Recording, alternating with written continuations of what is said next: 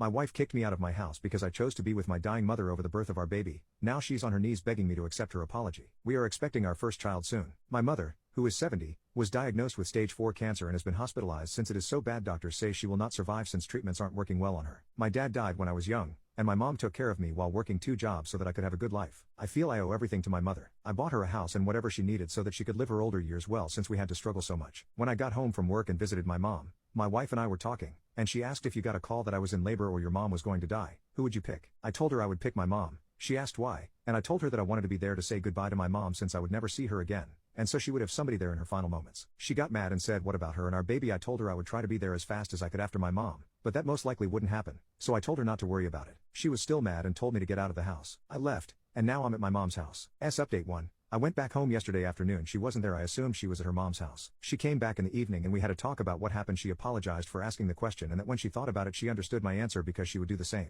I asked her why she asked. She said she didn't know and thought I was going to pick her since I normally do. I kinda just said okay and moved on. I did tell her I wanted marriage counseling after or even before the babies were born. She asked why. I told her how I felt and she denied it, so I had to give her proof. Then she started crying and got mad and told me to sleep in the guest room instead of kicking me out, so I guess I got a win there. Anyways, she also told me that she no longer wanted me in the delivery, which I was fine with. I understand to an extent where it's coming from. I will go into therapy, which was suggested, and I think I do need it. Update 2. She did forgive me and told me I was still not going to be at the birth of our child. I said to her that it was okay and that I had accepted it and I wasn't going to fight her on her choice. I did tell her that I think she and I both need some space before the baby comes, to which she agreed. I told her I would leave, and that she could have the house, and that if she needed anything, to call or text me. No, I'm not at my mother's house. I'm at a friend's house. He doesn't live there anymore, but he usually rents it out. To all of you I was asking why don't you kick her out? It's because I'm the only person who makes money in the house, and I know especially now if I kick her out it will be called financial, emotional manipulation or even abuse. So it's better a lot of times if I leave. Yes, I do plan to go back home when the baby is born, and to someone who asked, I do plan to take paternity leave. No,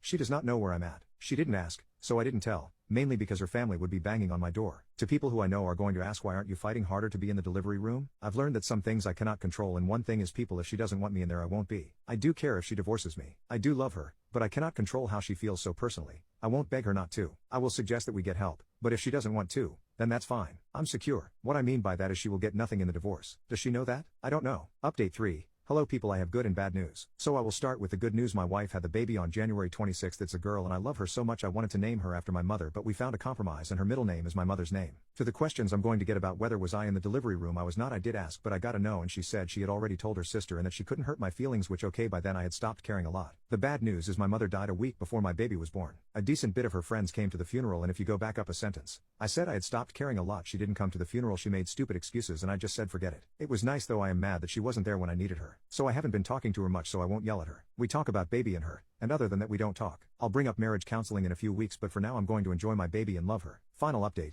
After the birth of our daughter, things have taken a turn that I didn't expect. Over the past few weeks, I found myself growing more and more resentful towards my wife. Her absence at my mother's funeral cut deeper than I initially realized. Every time I look at her, all I can think about is how she wasn't there when I needed her the most. I can't seem to shake off the feeling of betrayal. My wife has started to notice the change in me. She's tried to act like everything is fine, putting on a brave face, but I can see the strain. The little things I used to do for her, the affection I used to show, it's all gone. I find it hard to even look at her without feeling anger and disappointment. A few days ago, she finally confronted me. She went berserk, yelling and demanding to know why I was being distant. But then, she broke down and begged for us to fix our relationship, saying she realized she made a terrible mistake. I told her flat out that she couldn't turn back time. I don't understand how she could not come to my mother's wake after everything my mom did for her. The regret was all over her face, but it's too late. The damage is done. Right now, we're not really talking. We only speak when it's about our daughter, and even then, it's strained. I can't see us going back to how things were before. I've already started looking into the initial steps for a divorce. I don't know what the future holds, but I know I can't keep living with this resentment eating away at me.